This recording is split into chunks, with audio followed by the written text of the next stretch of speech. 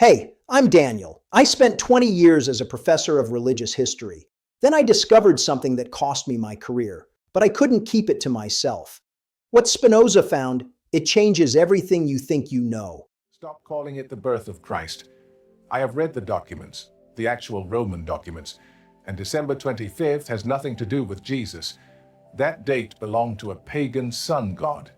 The church knew what it was taking, and Spinoza saw through all of it 3 centuries ago. Let me tell you what 3 layers of evidence look like when they converge. Because this is not one argument, it is 3, and they come from different directions, and they reach the same place. The first comes from the Bible itself. The second comes from a Roman archive.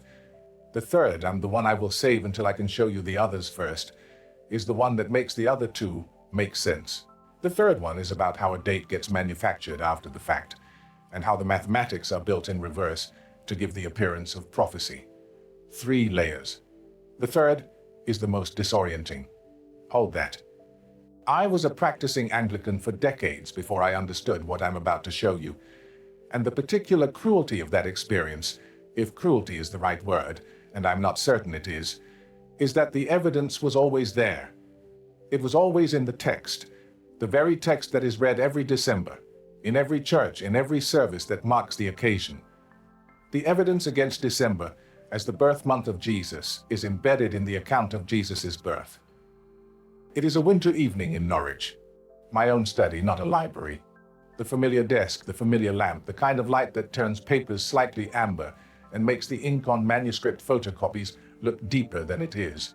I am working through the Greek text of Luke's Gospel, which I had not read in the original language for some time, and I am working slowly, the way you work when you are trying to hear the text, rather than simply confirm what you already believe it says.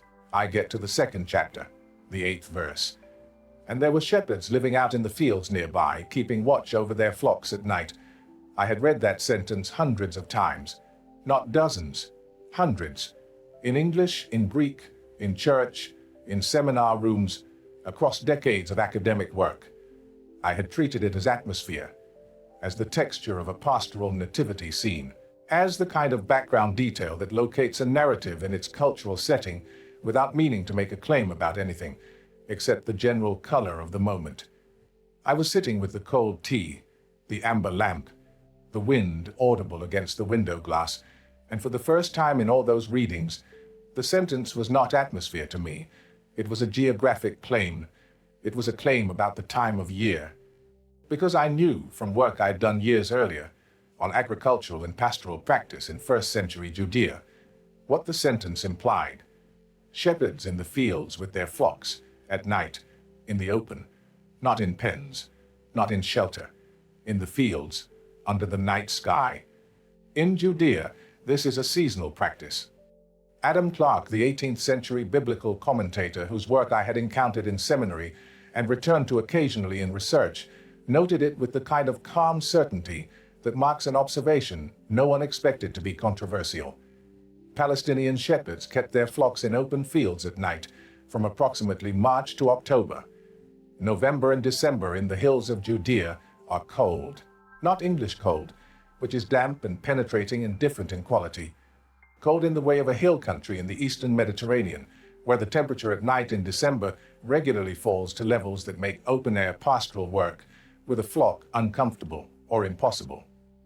The Mishnah Sheqalim, the section of the Mishnah that deals with financial obligations surrounding the temple, including the herds associated with temple sacrifices, documents that communal flocks associated with the Bethlehem area were brought in from their fields for the winter months.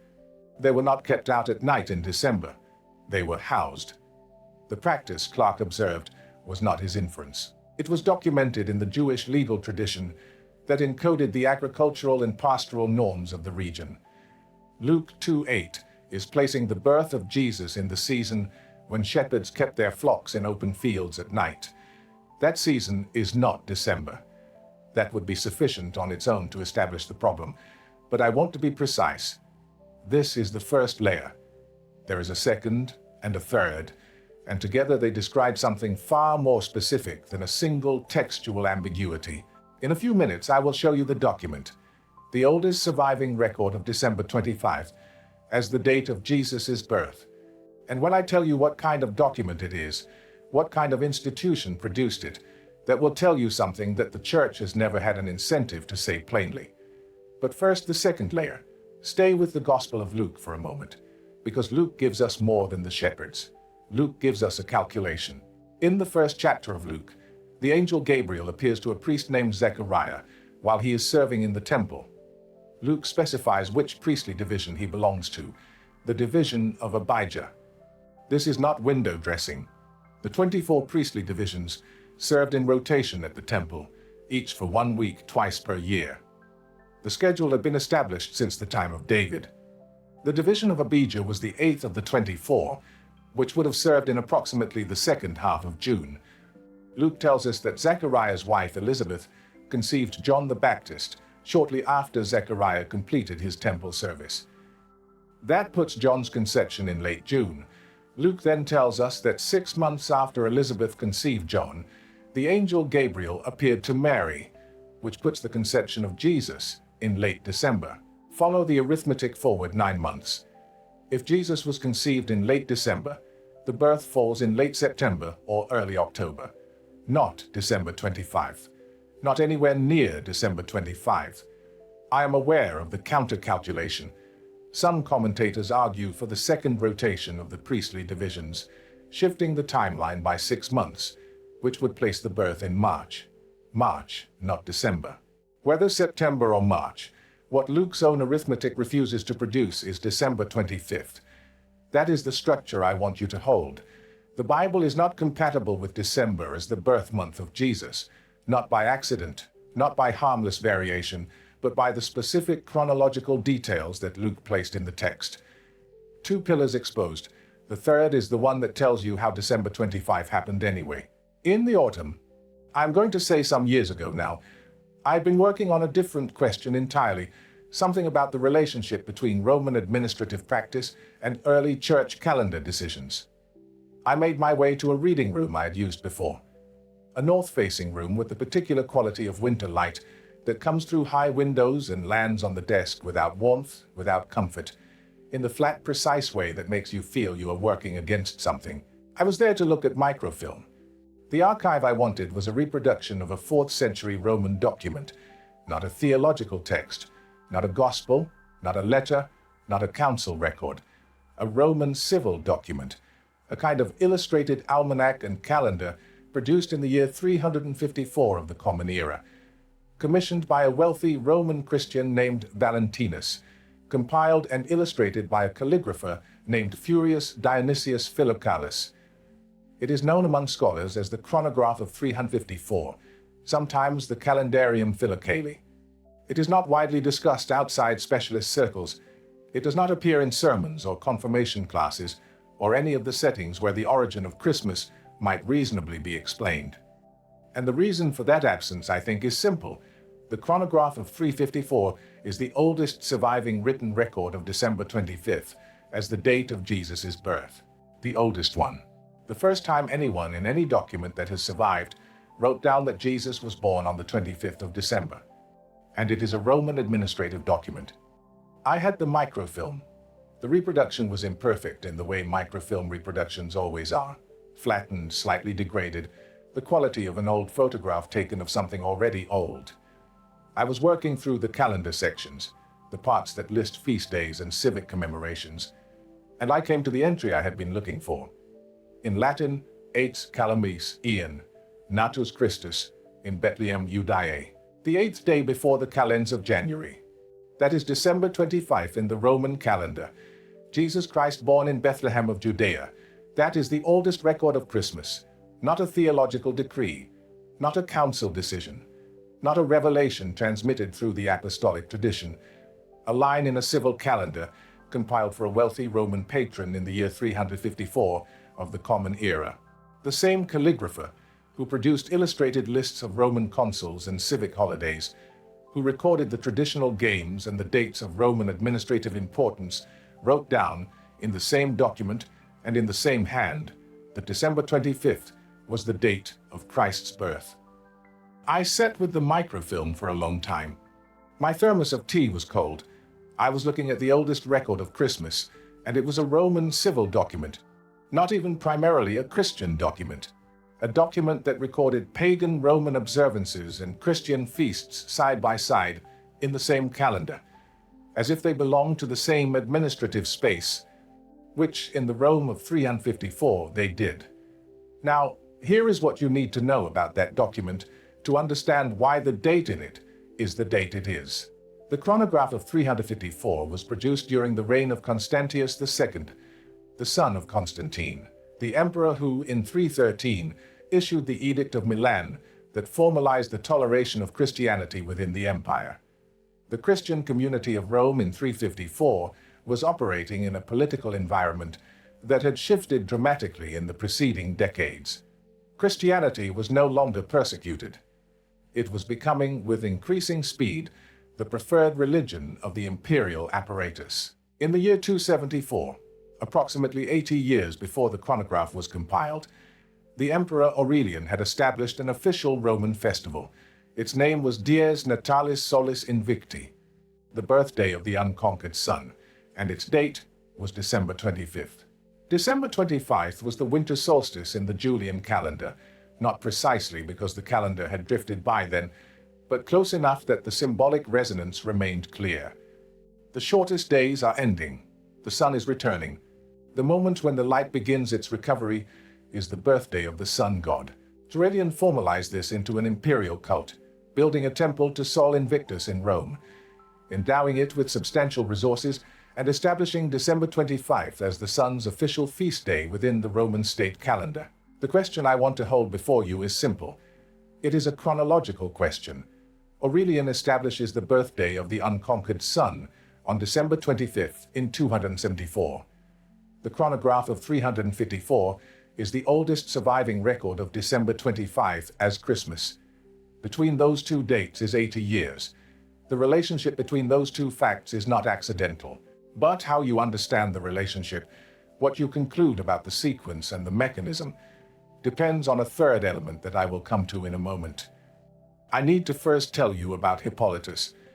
Now I need to ask you to think about a particular kind of reasoning. Not the reasoning that starts from evidence and arrives at a conclusion.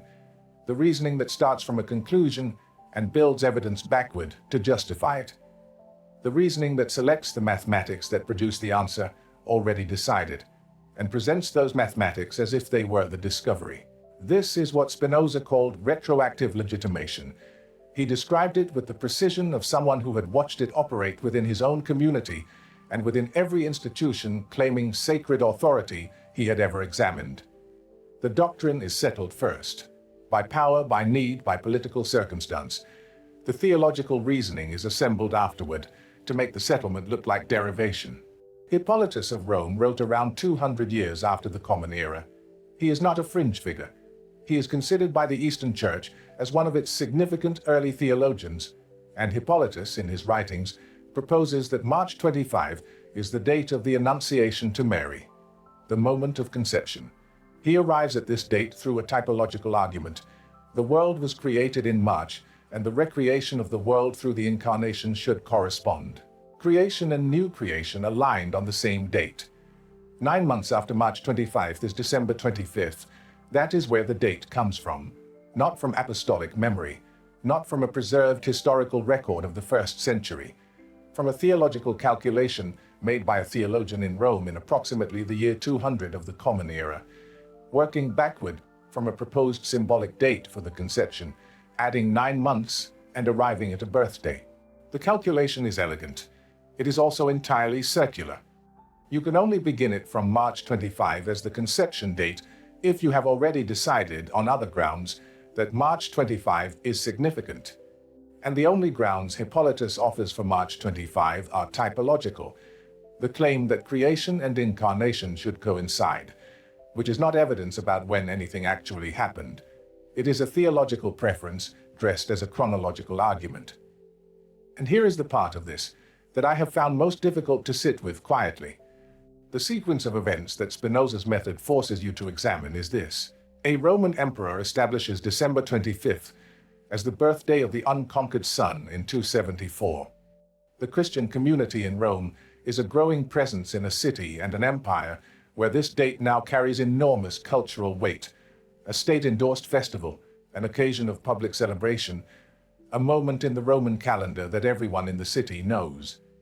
A date with resonance, a date that, if you could attach the birth of Christ to it, would give the Christ's birthday the same cultural freight that the sun god's birthday already possessed.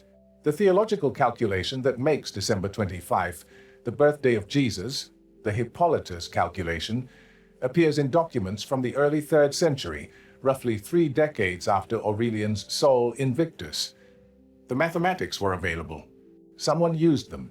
Someone found in the theological tradition a calculation that produced the date that was already culturally dominant. I am not saying that Hippolytus sat down and deliberately decided to match the pagan feast. I cannot say that. The internal documents do not tell me his private reasoning. What I can say is what Jonathan Z. Smith, in his landmark work, Drudgery Divine, demonstrates across the broader pattern of early Christian calendar adoption. Religions, as they expand into new cultural territories, absorb the dates that already carry resonance within those territories. Not a cynical strategy, but as the natural mechanism by which a living tradition shapes itself to survive. The date of cultural weight becomes the date of theological significance.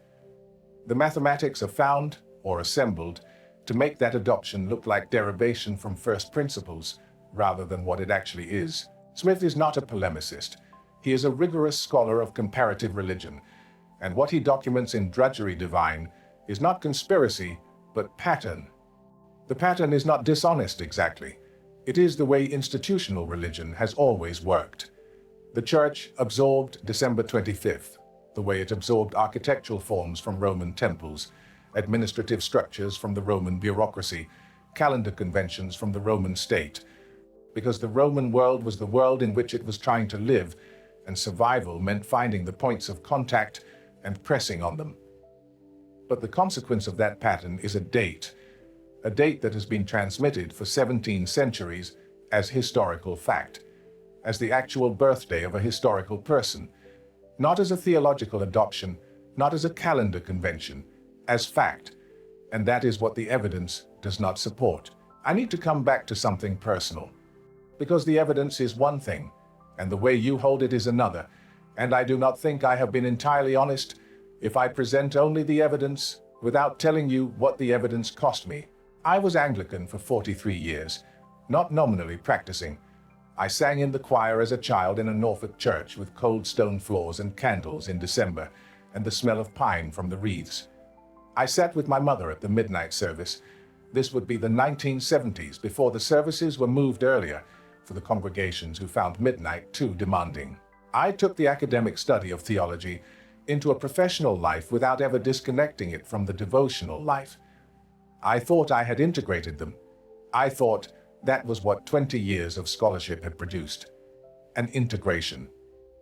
And then I was sitting in my study with the Tractatus open, working through the chapters in which Spinoza describes what he calls the reduction of religion to obedience, the process by which institutions reshape doctrine not to pursue truth, but to produce compliance, not asking what is true, but asking what it is useful to make people believe in order to maintain authority.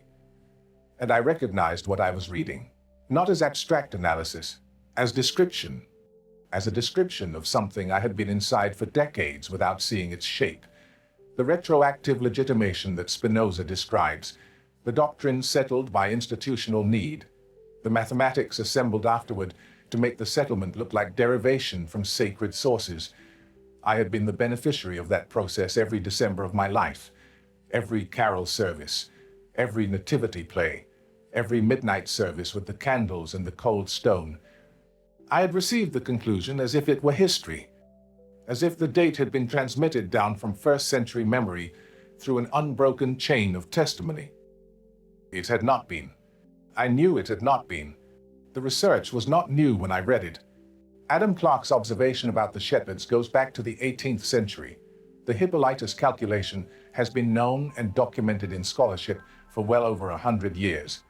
The relationship between Sol Invictus and Christmas has been discussed openly in academic literature throughout my professional career.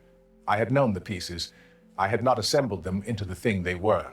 The experience was not dramatic. That is what I want to be careful about. It was not a moment of revelation. It was more like water finding its level, something draining away, slowly, across days rather than in an instant. December continued to exist. The calendar did not change. The carols did not stop being the carols I had always known. But something inside the way I held those things had shifted, and it did not shift back. It had no reversible direction. I'm not telling you this to describe a wound. I'm not sure it was a wound. I think it was a clarification. But clarifications can carry weight, and this one did. And I think you deserve to know that. Because what I am asking you to do in the next few minutes is to hold something that may not resolve cleanly.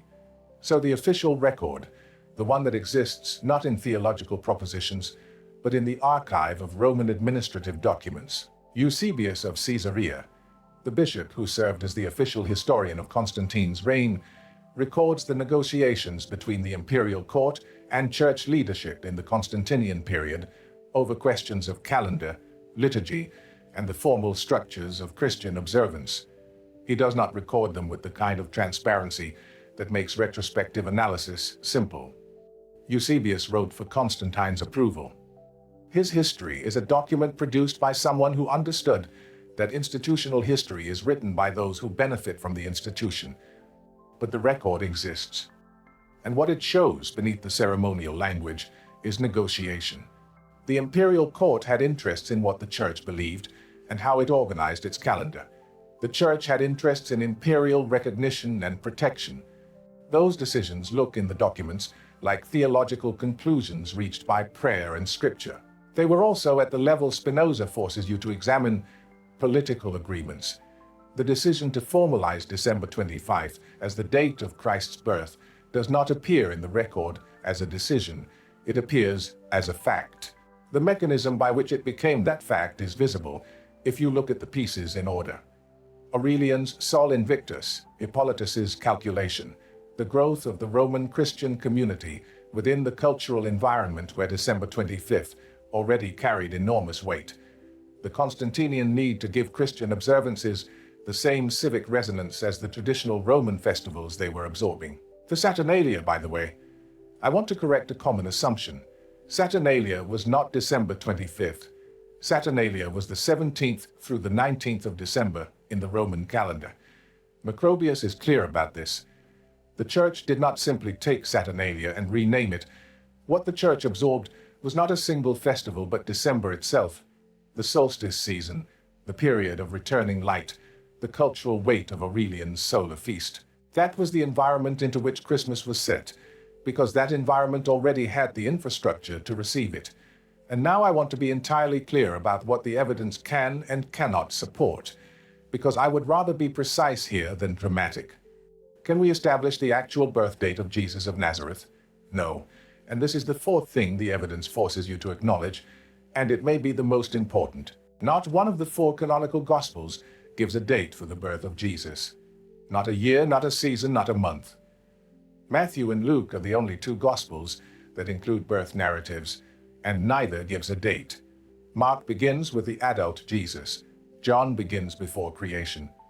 For the first 3 centuries of Christianity, no date for Christ's birth was fixed or universally agreed upon. Origen himself, writing in the 3rd century, observed that the question of Jesus' birth date was not among the things the tradition had preserved. The silence of the Gospels is not a deficiency in transmission. It is the record. The first followers of Jesus did not consider the date relevant. The theological significance of the birth did not depend on which calendar day it had occurred. The date was assigned 3 centuries later, by a calculation that worked backward from a theologically motivated choice of conception date, arriving at a birthday that coincided with the most significant solar festival in the Roman calendar. That is not my characterization. That is what the documents show. So I want to say something about what this means for every December I have already lived, and for the ones that come after. I am not asking you to stop celebrating anything. I want to be absolutely clear about that. The cultural practice of December, the gathering of families, the exchange of gifts, the acknowledgement of the seasons turning, the warmth against the dark, None of that depends on the historical accuracy of a date. Human beings have marked the winter solstice with celebration for as long as human beings have been paying attention to the sky. The need is real. The practice is real. The meaning that people find in it is real. What is not real is the institutional claim that December 25th was transmitted as historical fact from first century Palestine. What is not real is the assertion that the Church has always known, through apostolic tradition, that this was the date. That claim was never true. It was not made for the first 300 years of Christianity. It was made after the date had been assigned by a process that had more to do with Roman cultural politics than with historical memory. Spinoza's word for this, not his most famous term, but the one I have found most useful, is fabricated certainty. The transformation of institutional decision into revealed truth. The moment when a choice made by people, for reasons that can be traced in the historical record, becomes a thing that simply is, a datum of sacred knowledge that no longer requires examination because it has been transmitted as fact long enough to feel like memory. December 25 is fabricated certainty. It has the appearance of historical transmission and the reality of political adoption. The Church did not lie in the sense of a deliberate conspiracy of falsification. It absorbed, it adopted, it found the mathematics that produced the answer it needed, and presented those mathematics as if they were the evidence. And then it repeated the conclusion for 17 centuries, until the conclusion felt indistinguishable from the bedrock of the tradition. I do not celebrate December 25th now in the way I celebrated it for 43 years.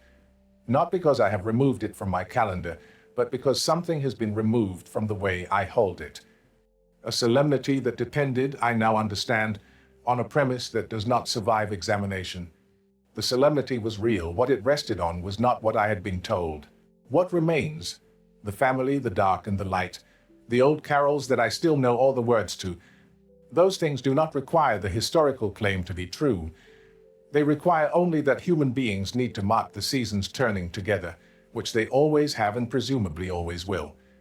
But I will not tell you that the loss of the historical claim is nothing. It is not nothing. And if you are sitting with it as something, I understand that. The date that was given to you as the birthday of Christ is 3 layers of evidence removed from the birth month the Bible itself describes. It was assigned by a calculation designed to match a pagan solar feast. It was formalized in a Roman civil document. It was adopted into the tradition at the precise moment when the Church was deepening its alliance with Roman imperial power and needed its calendar to speak to Roman cultural instincts.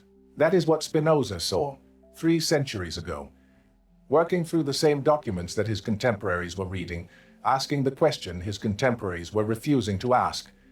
Not what does the tradition say, but how did the tradition come to say it?